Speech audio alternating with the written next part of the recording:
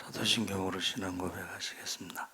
전능하사 천지를 만드신 하나님 아버지를 내가 믿사오며 그 외아들 우리 주 예수 그리스도를 믿사오니 이는 성령으로 잉태하사 동정녀 마리아에게 나시고 본디오 빌라도에게 고난을 받으사 십자가에 못 박혀 죽으시고 장사한 지 사흘 만에 죽은 자 가운데서 다시 살아나시며 하늘에 오르사 전능하신 하나님 우편에 앉아 계시다가 저희로서 산 자와 죽은 자를 심판하러 오시리라.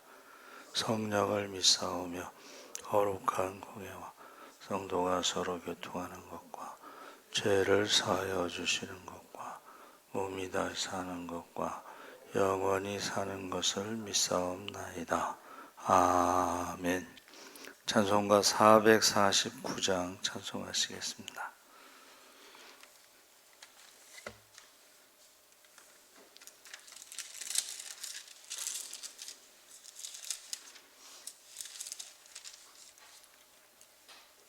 찬송가 449장 찬송하시겠습니다. 예수 따라가며 복음 순종하면 우리 행할 길 환하겠네. 주를 의지하며 순종하는 자를 주가 늘 함께 하시리라.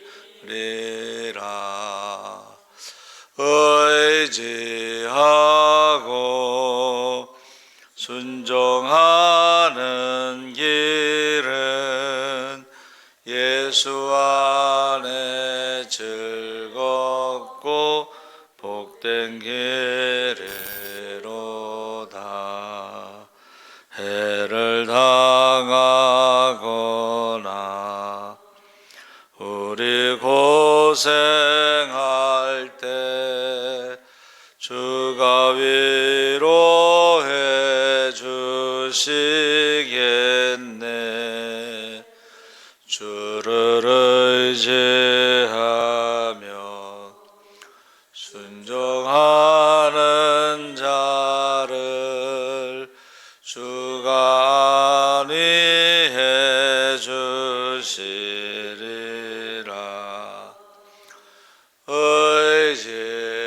의지하고 순종하는 길은 예수 안에 즐겁고 복된 길이로다. 남의 짐을 지고 슬픔 위로하면 주가 상급을 주시겠네. 주를 의지하며 순종하는 자를 항상 복 내려 주시리라.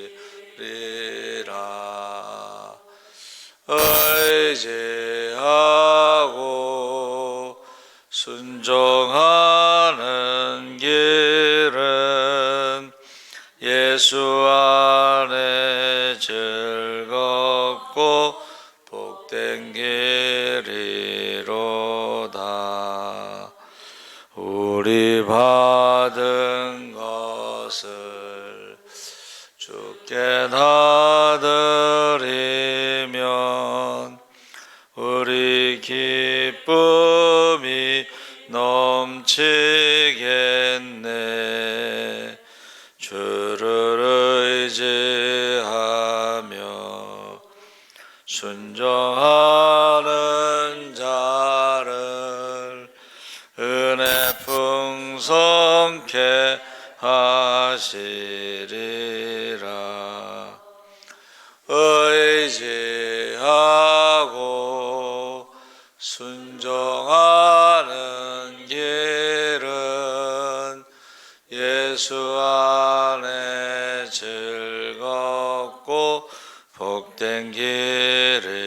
길이로다.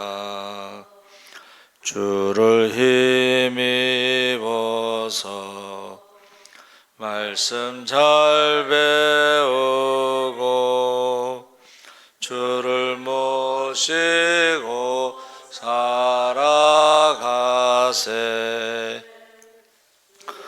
의지하며 항상 순종하면 주가 사랑해 주시리라. 의지하고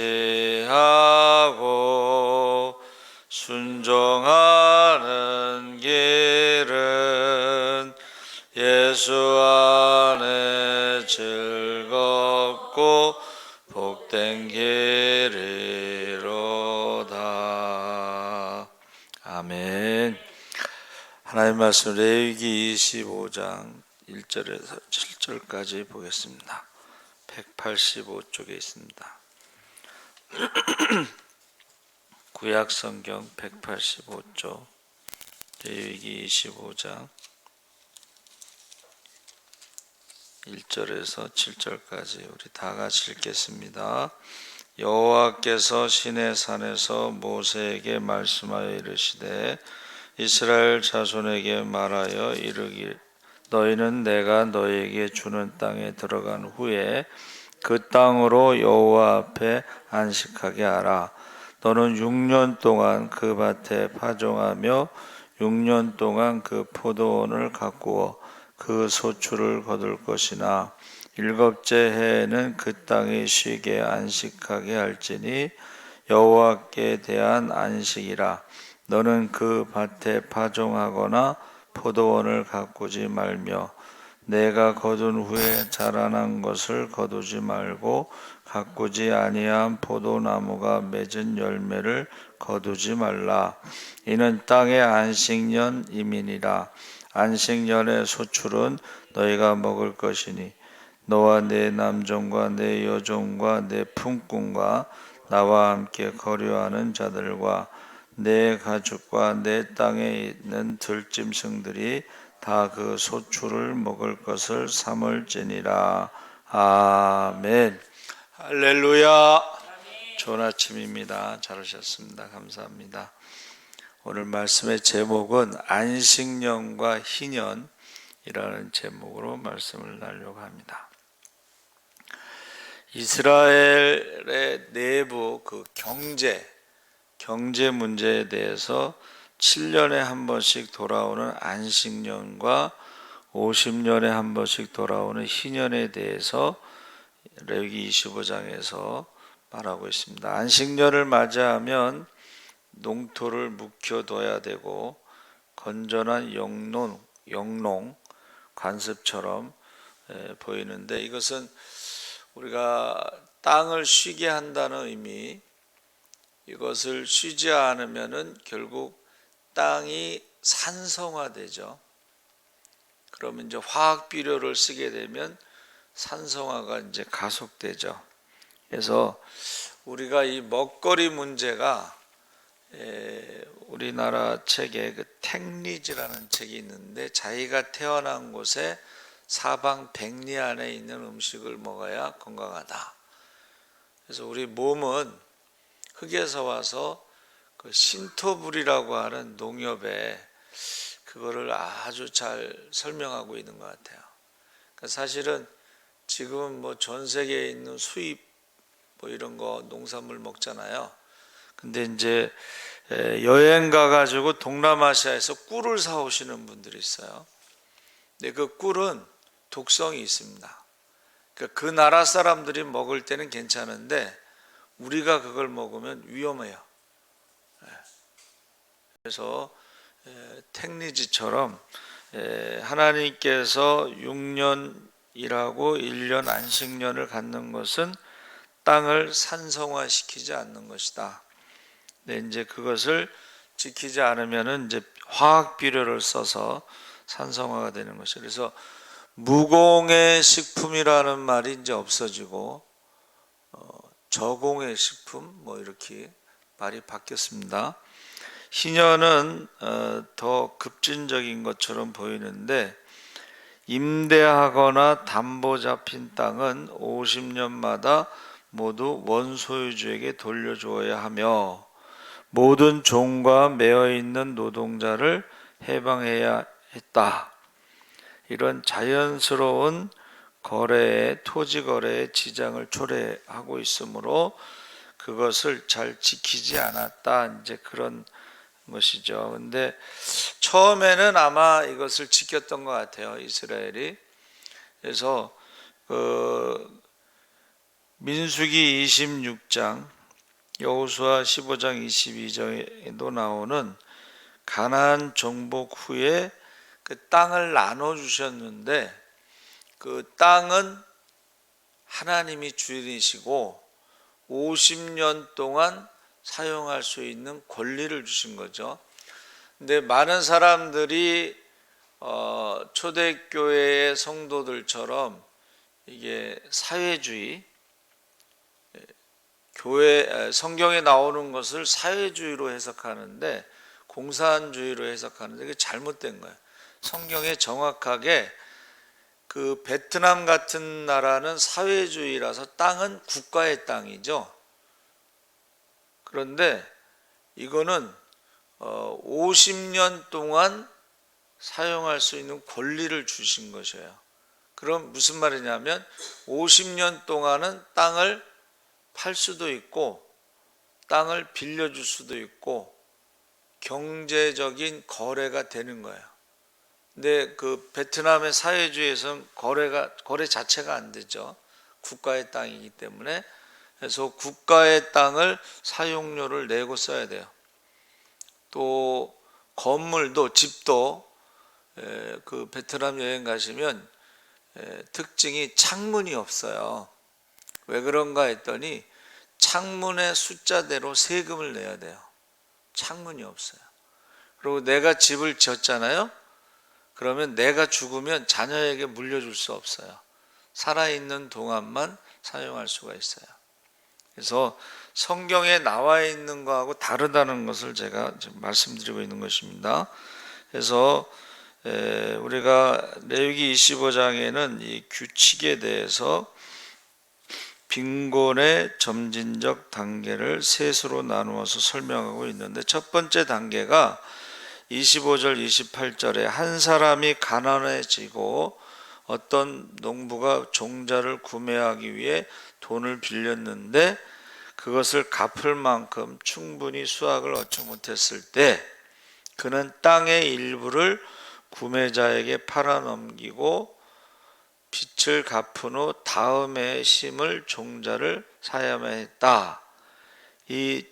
이것을 이제 가난한 농부의 친족 중에 기업을 물을 자가 고엘이 있으면 그것을 땅을 사서 이렇게 친척에게 다시 줄 수는 있다. 그러니까는 땅의 일부를 팔 수가 있다는 거예요. 그 50년 범위 내에서는. 2단계는 35절에서 38절에 땅을 되찾아오지 못하고 농부가 갚지 못한 빚에 대해 재차 휘말려서 그 땅 모두를 채권자에게 뺏기게 된다고 가정해 보면 그 농부에게 자금을 대주어서 그로 하여금 자기 땅의 소작인으로 계속 일할 수 있게 해줘야 했는데 이자는 받을 수 없다. 처음에는 가난한 사람이 땅의 일부, 두 번째는 땅 전체를 이렇게 그 부자에게 주었을 경우에 소작인으로 일할 수 있게 하는 게 두 번째 가난의 단계고 이자는 받을 수 없다. 세 번째 단계는 39절에서 43절에 가족을 부양하기조차 어려울 경우에 채권자의 가속이 될 수밖에 없다. 이 말은 노동자가 돼서 그 사람의 종처럼 부려서는 안 되지만 종처럼 일을 해야 된다. 소작이는 자기가 농사져서 갖는 거고 그 집에 종처럼 들어가서 일하는 것은 자기 몸을 파는 거예요. 처음에는 땅을 팔고 두 번째는 자기 몸을 팔았기 때문에 자기가 농사져도 자기가 가질 수는 없어요. 그런데 이 모든 것들을 희년이 되면 어떻게 돼요? 다시 원래의 주인에게로 땅이 돌아가고 종처럼 일했던 사람은 자유를 주고 이렇게 해서 그 50년 범위 내에서 그 자손들이 부모의 부채나 빚을 갚지 않아도 되고 그 자녀들은 원래의 상태에서 다시 시작하기 때문에 가난의 대물림을 하지 않아도 된다 하는 것입니다. 이게 하나님의 복지예요. 하나님의 복지, 가난한 사람들에 대해서. 근데 이게 지켜지지 않는 거죠. 처음에는 이게 지켜졌을지라도 그러다 보니까 이제 자본주의 양극화 현상이 나서 부자와 가난한 사람이 너무 벌어지면 이제 가난한 사람들이 혁명을 일으킨다. 그게 공산당 선언에 나오는 마르크스와 엥겔스의 책이에요. 원래 그 경제학자인데 이게 양극화 현상에 의해서 자본주의가 없어지고 공산주의가 온다. 근데 이제 우리가 공산주의가 실패한 것은 사유재산을 인정하지 않고 두 번째는 인간의 존엄성이 없다는 거예요. 인간을 물질로 보기 때문에. 그래서 2억 5천만 명이 공산주의에 의해서 전쟁으로 인해서 죽었습니다. 근데 자본주의가 왜 없어지지 않았냐? 이게 이제 복지제도를 성경에 나오는 복지제도 그것을 많이 이제 해서 우리가 말하는 무슨 파산 신청, 그러니까 이게 파산 신청도 희년이 되면 다 탕감해 주는 그런 어떤 시스템이죠. 그리고 고웰 제도는 뭐예요? 부자 친척이 가난한 친척을 도와주는 거예요. 그래서 자본주의는 이제 공산주의도 그렇고 자본주의도 그렇고 수정, 그러니까 이제 중국의 모택 등소평이 이분이 이제 프랑스 유학을 갔다, 프랑스 쪽에 공산주의 사상이 많아서 유학 갔다 왔는데 너무 가난해서 굶어 죽는 백성이 많으니까 수정 공산주의라고 그래서 사회주의처럼 쥐 잡는데 검은 고양이면 어떻고 흰 고양이면 어떠냐 하고 해안선을 중심으로 이제 개혁 개방을 했죠. 자본주의 시스템을 도입한 거야. 그러니까 수정했다 해서 러시아나 소련에서는 비판하지만 아니 우리 백성들이 먹고 사는 게 제일 중요하지 그게 무슨 상관이냐 해서 지금 해안선을 중심으로 해서는 3만 5천 불 해서 우리나라보다 더 잘 산다 뭐 그런 얘기가 있습니다. 그래서 희년이라고 하는 것은 그 백성들이 그 가난의 그것을 끊을 수 있는 아주 좋은 하나님의 복지제도인데 그것을 신학적으로 세 가지로 이제 이해하는데 하나는 신학적으로 희년은 여호와께서 이스라엘 땅을 소유한 하나님이라는 사실뿐만 아니라 모든 시간과 자연의 주권자라는 사실을 확인해 주는 제도다. 그래서 백성을 애굽에서 구속해내신 행위는 그들에게 모든 면에서 공급해 주시겠다는 하나님의 다짐이다. 그러니까 하나님의 소유권을 인정하는 게 희년이고 하나님 말씀대로 해야지 가난한 자가 영원히 가난하지 않고 다시 회복될 수 있다. 그런 것이죠. 신학적으로는. 사회적으로 보면 친족 구조의 최소 단위를 서너 세대가 포함된 가족으로 보는 겁니다. 그러니까 우리가 가족 그러면 어떻게 해요? 우리 엄마, 아빠, 자녀들 뭐 이렇게 생각하잖아요. 그런데 농경사회에서 가족은 어떻게 돼요? 고모, 삼촌, 이모 다 포함되는 거예요. 대가족이 되는 거예요. 그래서 대가족이 되면 그 가운데 그 골고루 이렇게 분배가 될 수가 있죠. 그래서 의 좋은 형제 옛날 그 국어책에 나온 거 보세요.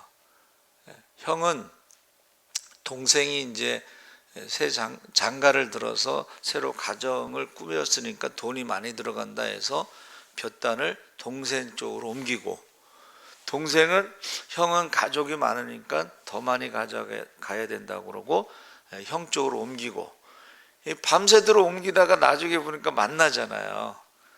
그런 것을 사회적으로 보면 희년을 가족의 범위를 넓힌 거야. 대가족으로 만든 거야. 그래서 서로 도와주게.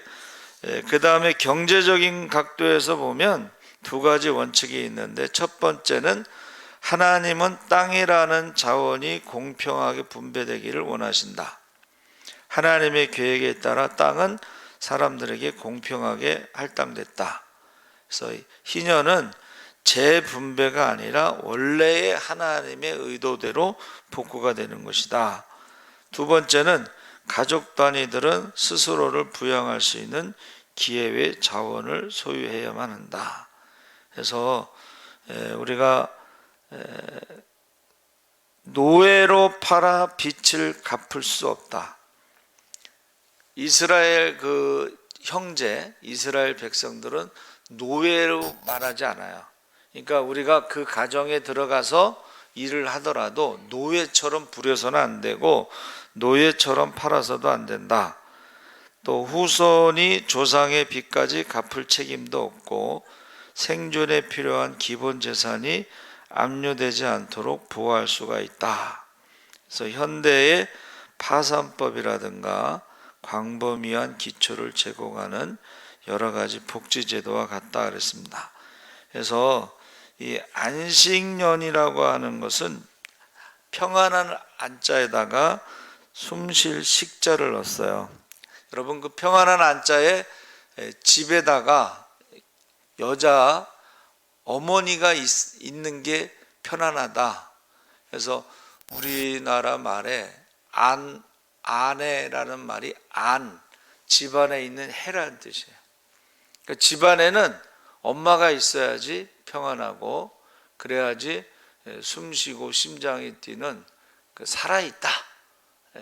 그렇게 안식이라는 한문이 되어 있고, 희년은 하나님 앞에 기도해서 얻은 기쁨, 그래서 하나님이라는 뜻과 기쁠 희자가 합쳐진 게 희년입니다. 근데 저는 이제 이것을 예수님이 재림하실 때에 그때가 가장 큰 희년이다. 그러니까 지금 예수님이 이 땅에 오셔서 우리가 하나님의 형상이 회복되고 하나님의 자녀가 됐죠. 믿음으로. 그리고 성령을 선물로 받아서 우리가 하나님의 자녀의 권세를 가지고 살지만, 이 땅에서 있는 것은 영원한 게 아니고 완전하게 회복되는 것은 재림 때에 우리의 몸이 부활의 몸으로 변화됐을 때를 말해요. 그때 하나님 앞에 갔을 때에 우리가 사랑받고 칭찬받고 상급받고, 그때가 가장 기쁜 해, 희년 중에 희년. 근데 믿지 않는 사람들에게는 그때가 가장 고통스러운 여호와의 날, 심판의 날이 된다. 그래서 재림에 대해서 제가 희년과 여호와의 날로 설명하고 있습니다. 그러니까 우리가 이 땅에서도 희년을 누려야 되겠지만 영원한 희년에 대해서 소망을 가지고 준비하며 살아야 되는데, 준비되지 않은 사람들은 그날이 여호와의 날, 심판의 날, 가장 고통스러운 날이 된다는 것입니다. 그래서 저와 여러분이 하나님 앞에 기도하시고 하나님이 주시는 기쁨을 누리시기를 주의 이름으로 축원합니다. 살아계신 하나님 아버지, 감사합니다. 우리가 하나님이 가나안 땅을 주시고 안식년을 지키라고 하셨고, 안식년에 나오는 모든 것은 가난한 자들과 동물들의 먹이가 되라고 하신 것처럼, 우리가 하나님이 이 땅의 주인인 것을 잊지 않게 하여 주시옵소서. 땅에는 가난한 자가 끊이지 않습니다. 이제 안식일을 통해서, 안식년을 통해서, 안식일 날 노동하지 않으므로, 안식년에 노동하지 않으므로 우리가 가난한 자들을 돌볼 수 있도록 섬길 수 있도록 인도하여 주시옵소서. 우리가 희년을 재림의 희년을 준비하며 살아가게 하여 주시옵소서. 감사하며 예수님의 이름으로 기도합나이다. 아멘. 하늘에 계신 우리 아버지